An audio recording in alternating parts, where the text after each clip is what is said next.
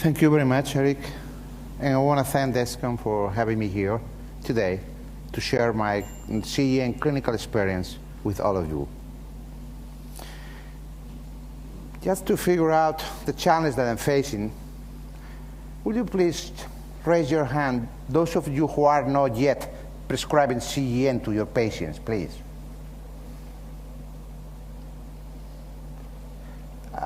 Okay, maybe you don't understand me. How many of you are prescribing CGM to your patients? Okay, most of you. Okay, that makes my task easier. Okay, CGM technology has been around for a little bit more than 10 years for healthcare providers. And since those early days, the technology has improved a lot in both sensitivity and specificity.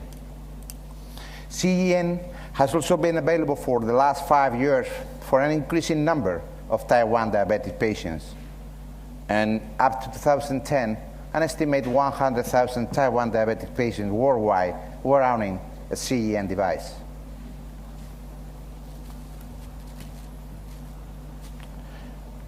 Okay, this is my disclosures. I have research grants for both Novo Nordisk and Sanofi Aventis. That's it.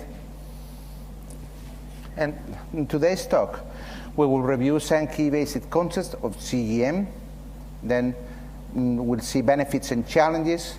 Later, we'll move to the indications and practical tips. And finally, I will share with you my thoughts about the future of CGM. This is diabetes monitoring history. And we are all very lucky because right now we are witnessing the beginning of the third era in diabetes management. 2006 marked the beginning of this new era because never before in the history of diabetes management has there been an option available to improve glucose control without increasing the risk of hypoglycemia. There are three main components in any CGM system: the sensor, the transmitter, and the receiver. And here you have the CGM devices approved by the FDA for professional use. We have two systems for professional use: the Dexcom 7 Plus, who can be blinded and so used as a professional CGM device, and the Medtronic iPro, who has a small recording device with minimal patient interaction. And then for patient use, we have three systems: the Dexcom 7, who can be used alone or in combination with the insulin vibe, available in some European countries, and the Medtronic Paradigm, who can also be used alone or with an insulin pump. The third system is the Abbott Navigator, who is no longer available in the US since August 31st, but it remains in the market in the other 7 countries where it has been marketed. I have to say that all the current CGM systems are approved only for adjunctive use and not for replacement for home glucose meters. Confirmatory finger sticks glucose measurements is required prior to change in therapy or taking action. There are some important issues about lag time that I want you to understand, and you have to make patients understand it too. First is that lag time is due to the fact that biologically, interstitial glucose lags behind blood glucose levels by 2 to 5 minutes. And the total time lag is obtained by the sum of a biological time lag plus instrument time lag. So it occurs with all the subcutaneous sensors, but it's different for each system. It delays alarms of hypoglycemia. In some cases, recovery from hypoglycemia may be delayed on the sensor and affects calibration of the sensor. Calibration teaches the sensor the correlation between current volume and the sensor glucose readings. And calibration don't have to be made during the stable glucose for all the sensors. Depending on the sensor, use the sensor trend data of a 1, 3, 6 hour graphs to ensure a good moment for calibration. And calibrate it routinely without waiting to be required by the device. Calibration, the minimal calibration is once every 12 hours, and you can calibrate where the glucose is high, low, or in target. During the 2008 ESD Congress in Rome, the GDRF CGM study group presented a landmark study that you all know. You remember that was the first time that has showed that A1C can be reduced when the sensor is used for more than 6 days a week. In all age groups, they get the same benefits. And the benefits were sustained after 1 year. I've got this funny slide for you. This is from my informal survey that, as you can see in the picture, when patients use it continuously, you can predict in the majority of the cases the lab A1C value just by downloading the data, despite the individual differences in glycosylation rates. Direction and speed, that's the key. That's the real advantage of the CGM. It's no important that sensors are not as accurate as blood glucose mirrors, as long as glucose monitors continue at the usual frequency.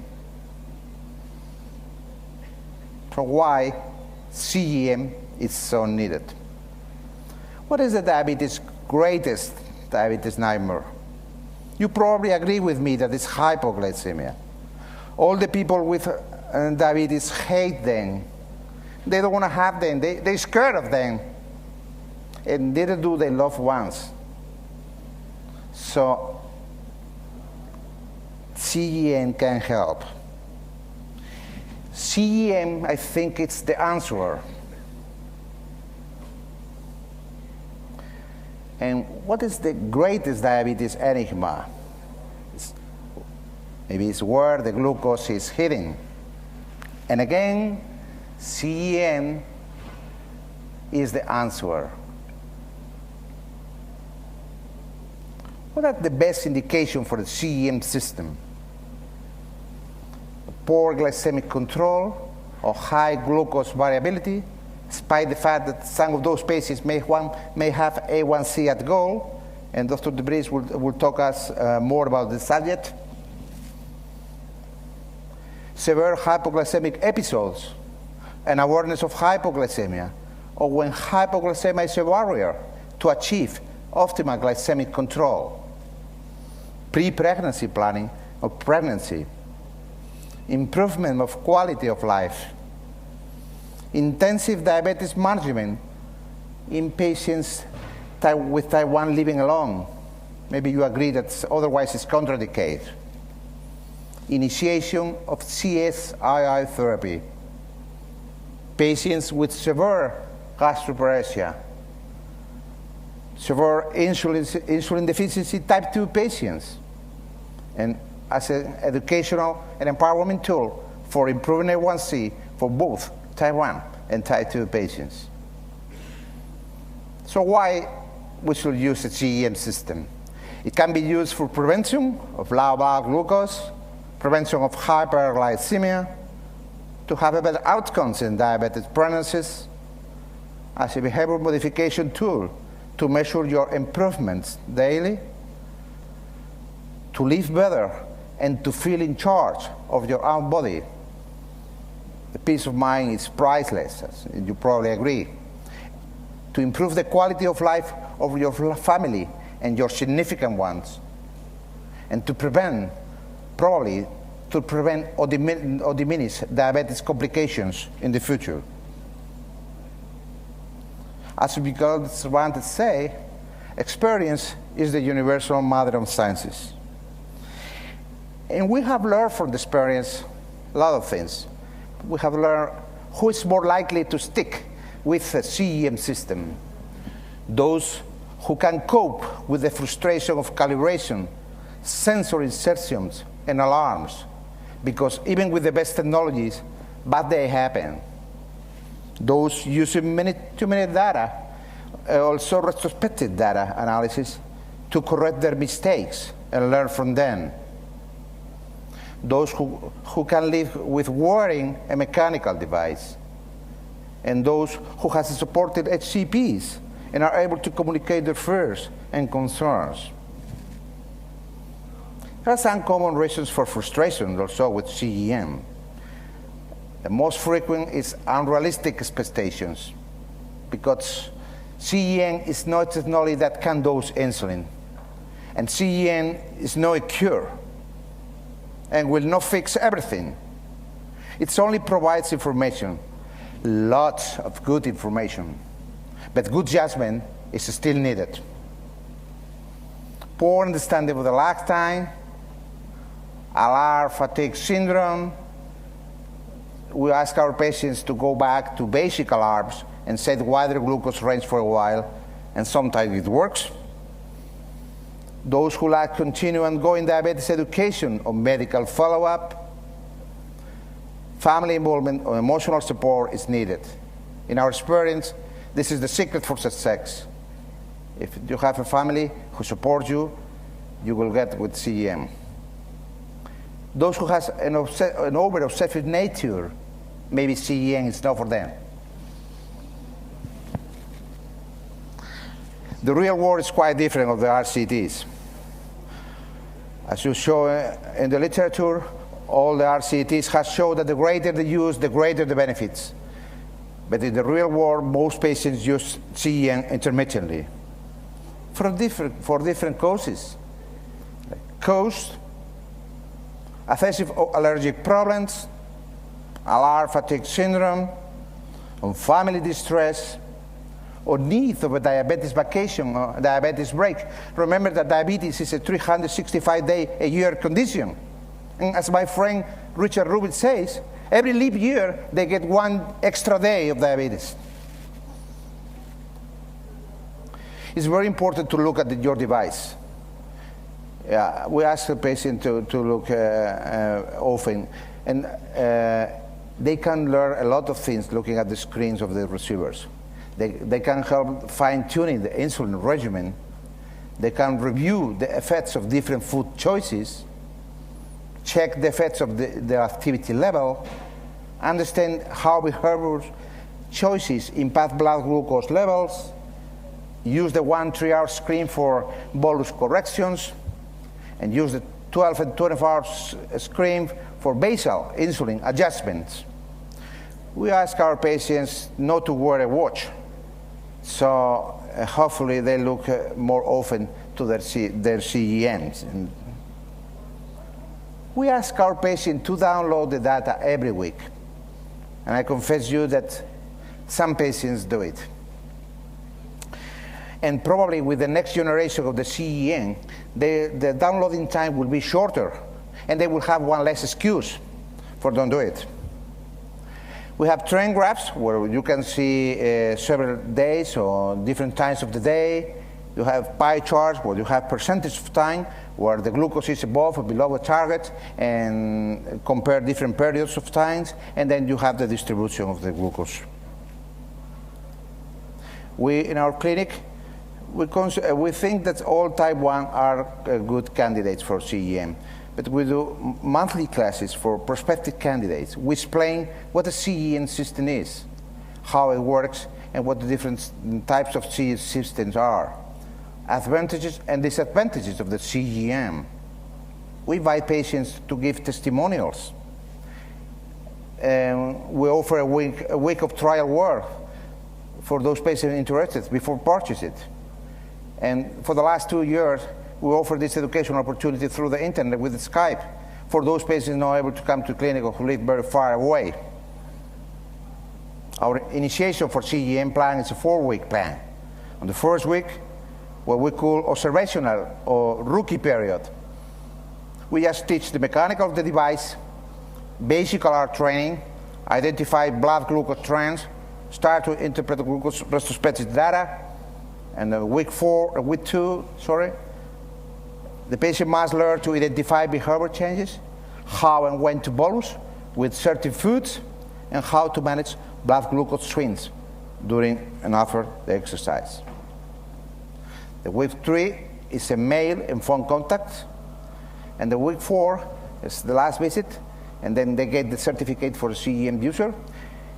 We discussed with them the interpretation of the retrospective continuous glucose data, how to react to low and high alarms, how to react to trend alarms, becoming an arrow expert. Those who dominate the arrows are those who get the most from the CGM. We ask our patients to follow the trends and know the numbers. Finally, they must interact with the healthcare providers at least every 3 months continuously for success with the CGM in the long term. Of course, we tailor our programs for some special patients' needs. We ask our patients to avoid perfectionism, because as a famous painter Salvador Dalí said, have no fear of perfection. Anyway, you never will reach it. Okay, here you have some important websites where you can find more info about CGM. And my conclusions: thanks to the evolution of the CGM technologies, the stage is set for a revolutionary shift in diabetes care. Sensors are not as accurate as VG meters, but this limitation is compensated by the additional glucose dynamics information. Education regarding this technology and behavioral modification is extremely important. Patients need guidance of how to derive benefits for all the additional information without being overwhelmed by the amount of data. Some patients can improve A1C and reduce hypoglycemic episodes with the help of this technology, and both MDI and CCI patients get similar benefits. CGM adoption in diabetes care will depend on you, will depend on the development of CGM units for training and follow-up care of those patients.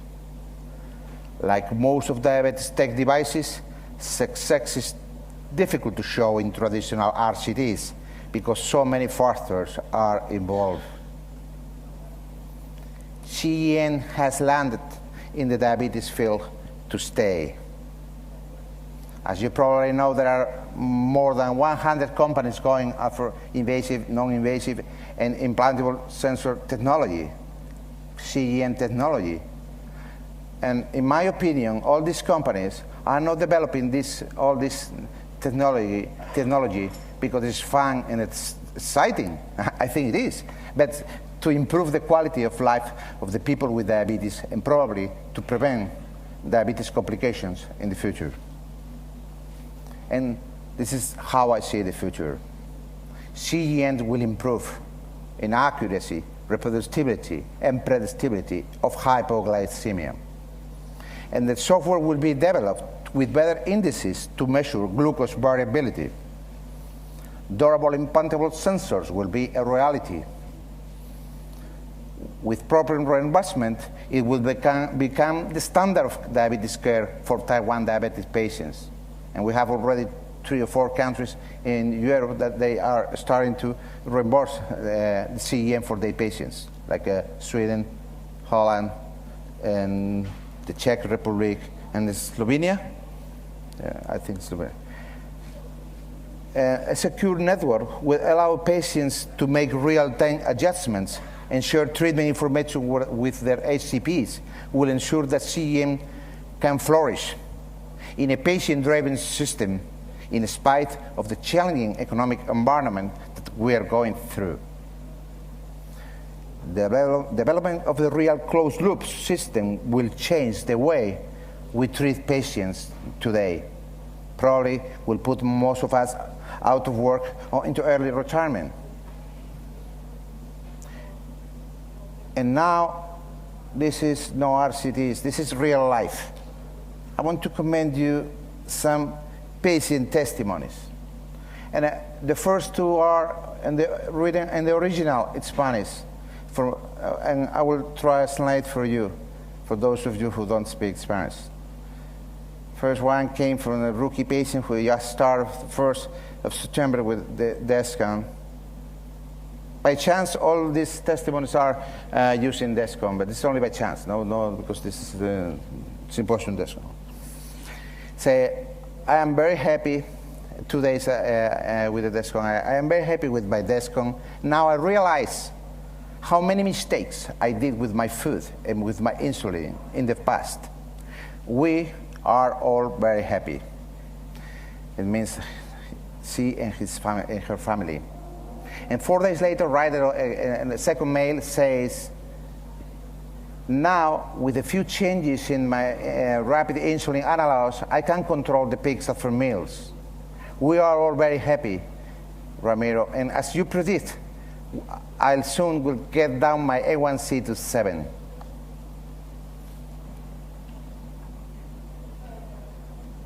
And the next came from one of our patients who wrote this in one of our blogs a couple of weeks ago. Say, my dream came true. When I finished the 300 kilometers in the Pilgrim's Way of Santiago in 16 days, like everyone else, with my severe hypoglycemic and awareness, I never could do this without my Dexcom.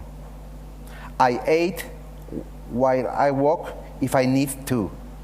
And I have only 2 miles hypoglycemia in the 16 days. Now, it's part of my life. It brings me peace of mind, but not only to me, but to my husband and son. And the next come from veterans, are more than 4 or 5, almost 5 years on Dexcom. First, it's Guillermo, say, it's really amazing. I'm wearing my CGM device for almost 5 years, and I'm continually learning new things about my diabetes, because every day is a different story. And the last come from Milagros, say, now I can see what is coming. It is the first time in my 31 years with diabetes that I can relax. Now I am in charge of my diabetes instead of the other way around. First, I want to thank 2 special friends of mine for helping me to fall in love with diabetes technology many years ago and becoming an advocate of the diabetes technology since then. Jay Schuyler introduced me to the insulin pump therapy in the mid-80s. And Dr. Earl Hirsch introduced me to the CGM technology in the late 90s. Thank you both. And my gratitude, admiration, and special thanks goes to, of course, all my patients who cope bravely with diabetes in their own unique ways. They constantly amaze me and teach me every single day. Thank you for your attention.